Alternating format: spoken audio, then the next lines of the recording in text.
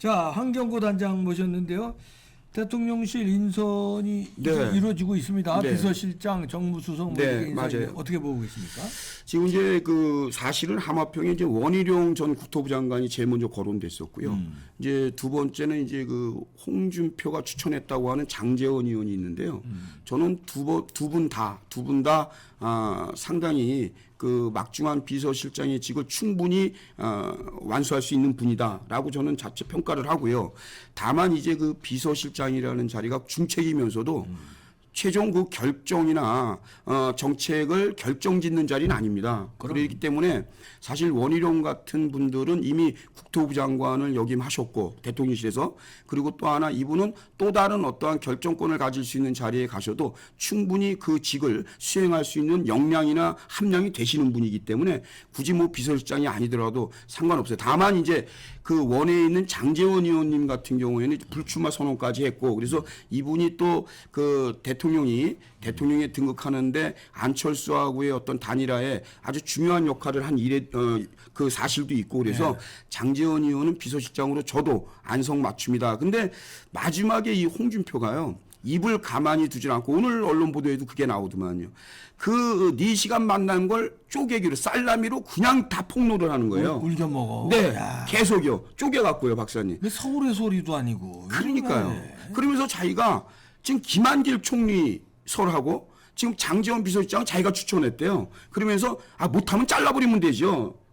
이런 식으로 얘기를 한 거예요. 이거를 언론에 다 흘린 거예요. 그러니까 대통령께서는 지금 장제원 의원을 비서실장에 하려고 해도 지금 홍준표 자체가 논란이 있으니까 부담스러운 거예요. 그러네요. 김한길도 마찬가지고요.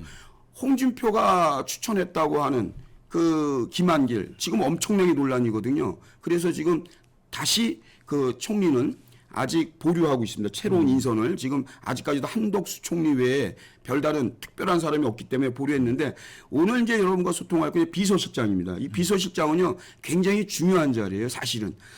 왜 그러냐면 이 비서실장이 어떠한 정책의 결정권은 없지만 대통령에 대해서 동의와 부동의의 자기의 의견을 개진할 수 있는 자리입니다.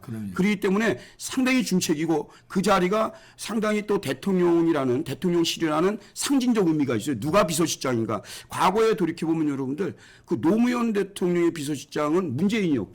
그리고 문재인의 비서실장은 임종석, 노영민 이런 사람들이었어요. 그런데 지금 우리가 보면은요, 일기 그 김대기 비서실장 경제통이죠. 그리고 최근까지 있던 이관섭, 지금 현재 존재감이 없죠. 예, 이관섭 이런 분들은 이제 뭐 행정 관료 출신인데 지금 박사님 얘기대로 인지도와 지명도에서 약해요.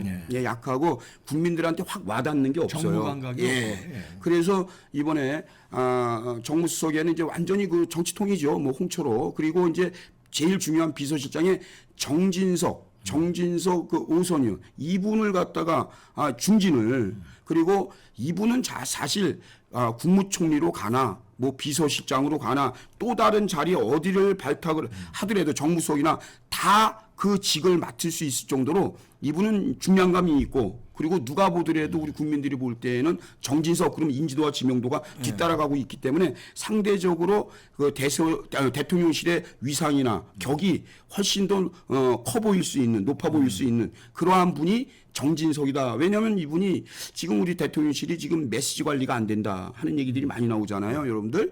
그 와중에 정진석 비서실장을 대통령께서 특별히 정말 그 묘수다라고 할 정도로 이 발탁한 이유 중에 하나가 이 정진석 의원님이 언론인 출신이에요. 그렇기 때문에 그러한 부분, 취약한 부분도 비서실장으로서 얼마든지 그 역량을 발휘할 수 있는 분이 정진석이다. 그래서 우리 자유우파 쪽에서는 굉장히 긍정적으로 보더라고요. 또 충청도의 또 마음을 이번에 잡을 수 있고. 맞아요. 충청도의 표심이 안 좋았는데 네. 정진석 카드로 충청도 마음을 잡았어요. 네, 이거는 그래서 저는 어떠한 대통령의 승부수다. 예, 정진석. 그러니까 상대적으로 우리 자유우파에서는 아주 정진석의 발탁에 대해서, 정진석 비서실장의 발탁에 대해서 굉장히 고무적으로, 그리고 굉장히 호감가게 생각하지만 상대 진영에서 지금 난리 났잖아요. 예, 이것도 불통 아니냐. 그렇다는 것은 역으로 그만큼 이번에 인선은 대통령이 잘 선택을 하지 않았나 하는 그러한 생각을 또 해보게 됩니다. 그러면서 저는 그 정진석 의원에 대해서 논란이 있는 것 중에 하나가 사법 리스크거든요.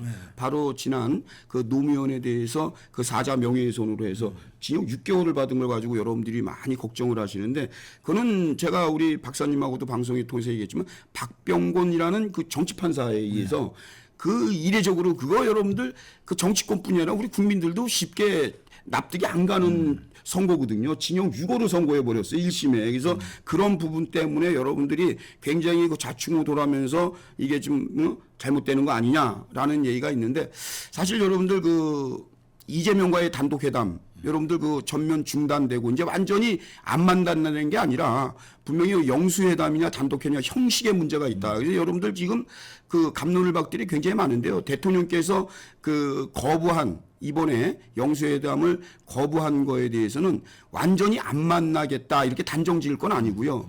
제가 볼 때는 일정 조율이라든가 의제 문제가 나온다고 언론에서는 그렇게 보도하는데 제가 파악하고 취재한 바에 대해서는 제가 이제 그 박사님 방송에서 처음 얘기하는데 이게 사실의 최고 그 난항을 거듭한 게 바로 여러분들 이 그 비서실장인 그 정진석 지금 이제 내정자죠. 이분도 그런 의견을 냈었던 것 같은데 형식의 문제가 지금 두드러지게 대두되고 있습니다. 형식이라는 건 뭐냐면 이걸 지금 언론에서 단독 회담 보도를 하는 언론이 있고요. 영수회담이라는 표현을 쓰는 게 있는데 영수회담과 단독 회담은 완전히 결이 다릅니다.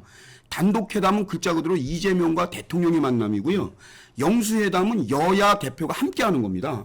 그렇기 때문에 지금 우리 국민들의 생각은 뭐냐면 단독회담이라는 것을 그전에도 그렇게 요구했지만 문재인 5년 임기 동안 한 번도 황교안 대표 그리고 지금 홍준표 그렇게 요구했지만 여러분들 심상정 뭐 이정미 다 껴서 영수회담을 했어도요. 그 이번에도 그렇게 해야지. 예, 단독회담은 받아준 예가 없어요. 그래서 지금 단독회담에 대해서는 지금 논란이 많거든요. 그리고 이분이 지금 피고인 신분이잖아요, 이재명이. 근데 조국이가 뭐라고 얘기했냐면 나도 만나달라, 나도 회담에, 나도 회동을 하자. 그러더니 지금 말을 또 틀어요. 지금 이제 대통령실에서 잠정 보류했지 않습니까? 만남을. 그랬더니 뭐라 그러냐. 범야권의 회동을 하자. 영수회담을. 범야권. 범야권 이렇게 되면은 여러분들 이준석까지 의식하는 거예요. 조국이는. 그렇죠. 그래서 제가 얘기한 거예요. 이렇게 되면 단독회담이든 영수회담이든 나중에 어떤 식으로도 만남은 있을 수 있겠지만 실질적으로 조국, 이재명, 지금 소나무당의 송영길 이런 사람들은 다 피고인이에요. 이재명도 피고인. 예, 자체가 피고인이고 이런 분들이 대통령실에서 만남으로 회동을 한다. 그러니까 이게 그러면 여러분 용산 대통령실 아니에요. 저건 용산 구치소 접견실이죠. 그러니까. 용산 구치소 접견실이죠. 저기 어떻게 대통령실입니까? 접견실이네. 서울구치소만 아닌 거죠. 대통령이 면회 가는 거네. 이거 다. 그럼요. 특별면회 하시는 거죠, 대통령이. 특별면회. 그러면 이런 특별면회 하면은 지금 가뜩이나 사법부가 흔들리는데 그러니까. 사법부 판사들 그리고 검찰이 이거 불러갖고 돈봉투 사건 11명 추가 수사하는데 하겠어요, 여러분들 같으면? 이런 부분에 대해서 바로 지금의 내정자 정진석 비서실장이 의견을 개진했다는 거 아니에요. 대통령에게. 이거는 심사숙고한 게 잘한 것 같습니다. 이런 점 때문에 우리가 비서실장의 무게, 중량감, 함량이 있고 역량이 있는 정진석 비서실장을 잘 발탁했다, 대통령께서. 우리가 그렇게 평가하는 겁니다. 정진석 비서실장은 이제 내정이 되시면 아무래도 당내 사정, 그리고 우리 시민사회 다 의견을 수렴하고 어느 정도는 인지하고 숙지하고 계신 분이거든요.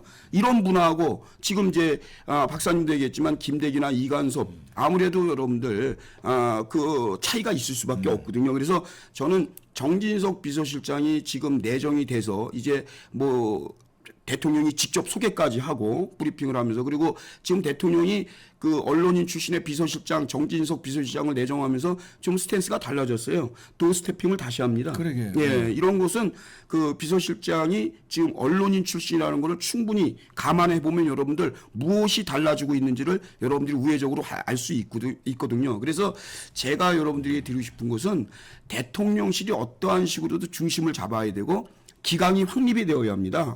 대통령이 아무리 뭐 우리 대통령이 사람이라 흔들릴 수밖에 없다. 물론 인정합니다. 뭐 63빌딩도 흔들리는데 뭐 사람이 안 흔들리겠습니까? 그러나 대통령님이 흔들리면 우리 국민들은 굉장히 힘들어집니다. 그래서 우리 대통령께서 본래 그 문재인과 조국과 박범계 추미애를 능가했던 그 강건한 멘탈을 가지고 초심을 잃지 말고 강력하게 정진석 비서실장과 함께 지금과 같이 거부할 건 거부하고 잠깐 안 만나준다는 게 아니라 이거 우리가 조율을 좀 해보자. 정진석 비서실장님과 우리 국민들이 얘기하는 이건 의제는 서로 조율하면 돼요. 정무수석이 이것까지 대화하자, 요것까지 이건 조율이 되는데 형식은 그렇지가 않아요. 형식은 정하면 끝이에요. 단독이냐, 영수냐, 여당 대표 포함이냐, 아니냐. 이거 굉장히 중요하거든요. 그래서 제가 볼 때는 이제 뭐 며칠 있다가 발표가 나올 것 같은데 만약에 만남이 된다 하면은 박사님 저는 영수회담의 가능성이 높다. 이재명과의 단독 회담은 사실 물 건너 갔다라고 봐도 과언이 아닌 것 같습니다. 예. 저 우파에서 정진석 비서실장 카드를 다 이제 대부분 이제 좋게 평가하는데 네. 요거 하나만 이제 부탁드리는 게 충남 부여에서 본인 지역구에서 4.15 총선 때 전자개표기 잘못된 거 알아요. 그 뉴스도 나왔고 본인이 알아요. 정진석 그 보도 자료도 낸 적이 있어요. 그러니까 그거를 상기해서 이번 전자개표기하고 서버 대통령 비서실장 막중한 자리니까 우리나라 선거 이거 시스템 이상하다. 그러니까 인식을 하고 대통령하고도 그런 얘기를 해서 이 수사하는데 말씀하기도 좋죠, 뭐. 그러니까 비서실장인데 뭐 단둘이에요. 단둘이 있는 시간이 많습니다. 제일 많을 거예요, 비서실장. 비서실장과 대통령 사이에는 없습니다. 없어요. 예. 그러니까 제일 찬스니까 그런 거 좀 잘 좀 얘기해서 수사 들어갈 수 있게끔 네, 맞아요. 해주시기 바랍니다. 네, 황경구 단장이었습니다. 네, 감사합니다.